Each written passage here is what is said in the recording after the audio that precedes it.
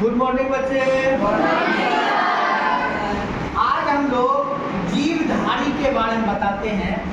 जीवधारी कैसे हम लोग मावेलिया बने, कैसे स्तनी बने, कहाँ से हम लोग ये सारे चीज है, जीव कैसे बटा, इसकी चर्चा हम लोग करने जा रहे हैं। और जीव की चर्चा जब करते हैं, देखिए जीवधारी की बात करते हैं तो दो प्रकार के जीव होते हैं। एक होता है प्रोकैरियोट, दूसरा होता है यूकैरियोट। प्रोकैरियोट में एक कोशिकीय जीव आते हैं जिसको मोनेरा जगत में आता है। प्रोकैरियोट में एक कोशिकीय जीव आते हैं जिसे मोनेरा जगत कहते हैं। और इसी मोनेरा जगत में सबसे सरल, सबसे पुराना जीव है जिसको हम बैक्टीरिया कहते हैं।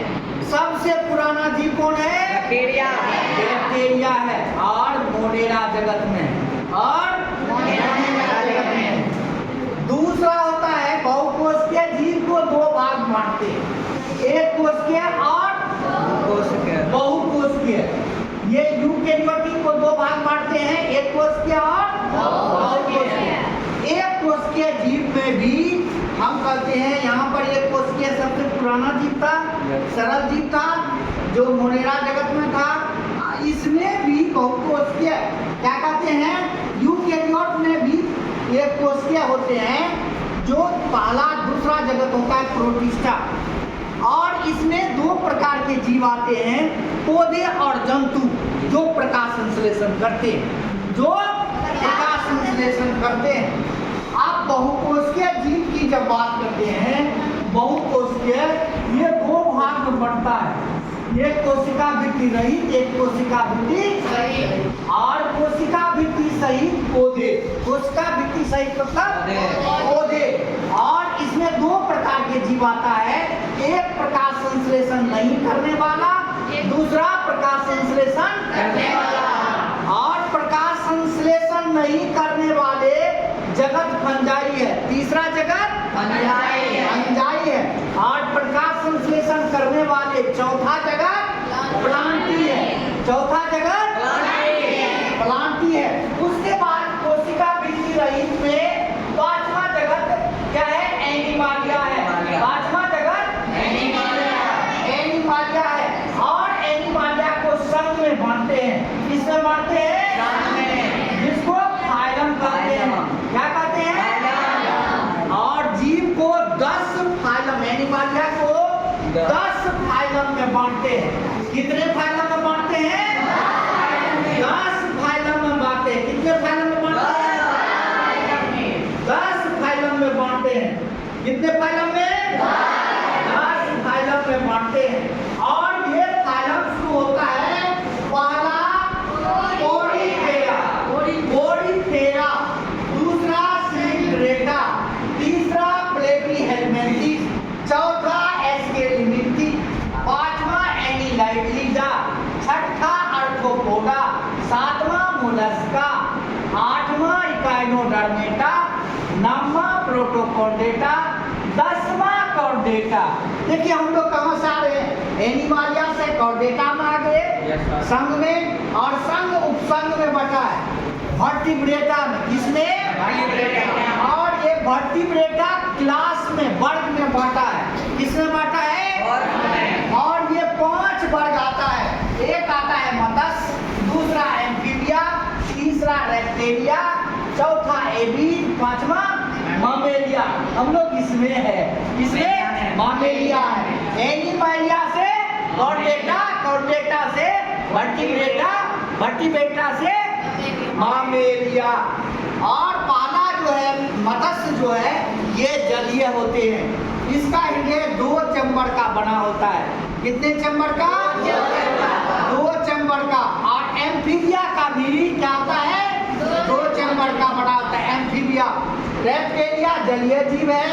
और एम्फीबिया इसी को उभयचर कहते हैं, इंग्लिश में एम्फीबिया कहते हैं, और उभयचर होता है हिंदी में।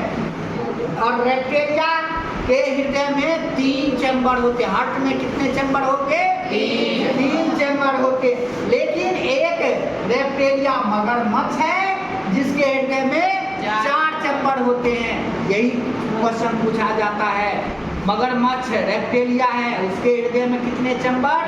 4 चैम्बर होते हैं।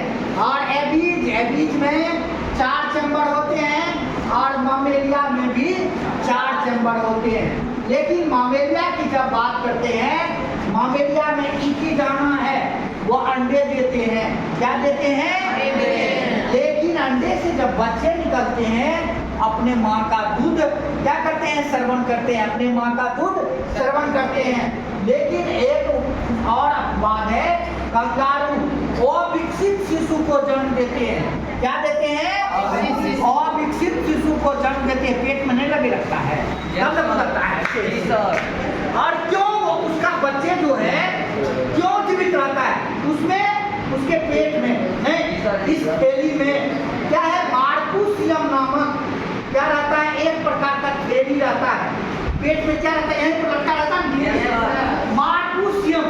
अगर वो उदक रहा है, उसका बच्चे को दुग्ध सार्वण नहीं करते कराते हैं कंगारू, लेकिन इसमें मार्कुसियम नामक एक थैली रहता है, जिससे उसका बच्चे का पोषण होता है। कितनों कूदेगा फिर भी उसका बच्चा नहीं गिरेगा।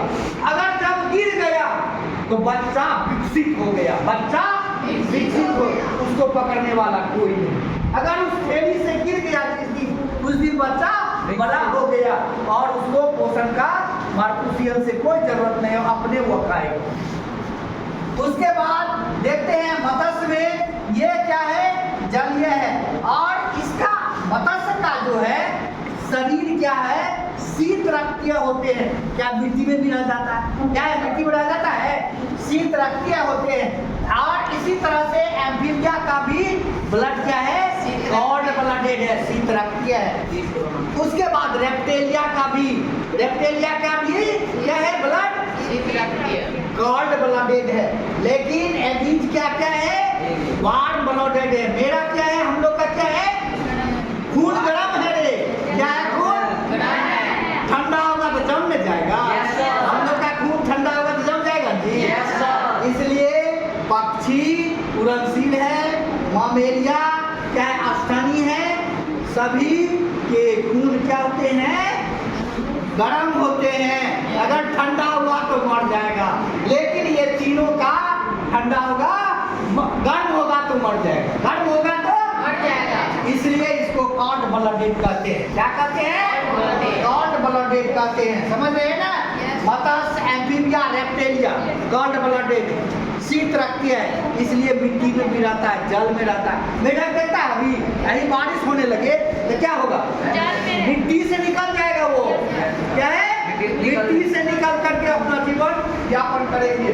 और इसी बरसात में वो जो है अपना जो है वंश बढ़ाते हैं। और ये भी उड़नशील है, इसके 4 से बड़े घोंसला बना के रहता है। और इकिडाना क्या है? मामेलिया है, लेकिन अंडे देते हैं, शिशु को जन्म देते हैं और वह माँ उसके दुग्ध का सार्वण करते हैं शिशु को। ये अविकसित शिशु को जन्म देते हैं और उसके जो है उसके थैली में क्या रहता है? मार्कुसियम नामक एक जो है नस रहता है, जिससे बच्चे का पोषण होता है। इसी के साथ जो है जीवधारी का क्लास, आज का क्लास समाप्त होता है। जय हिंद, जय भारत।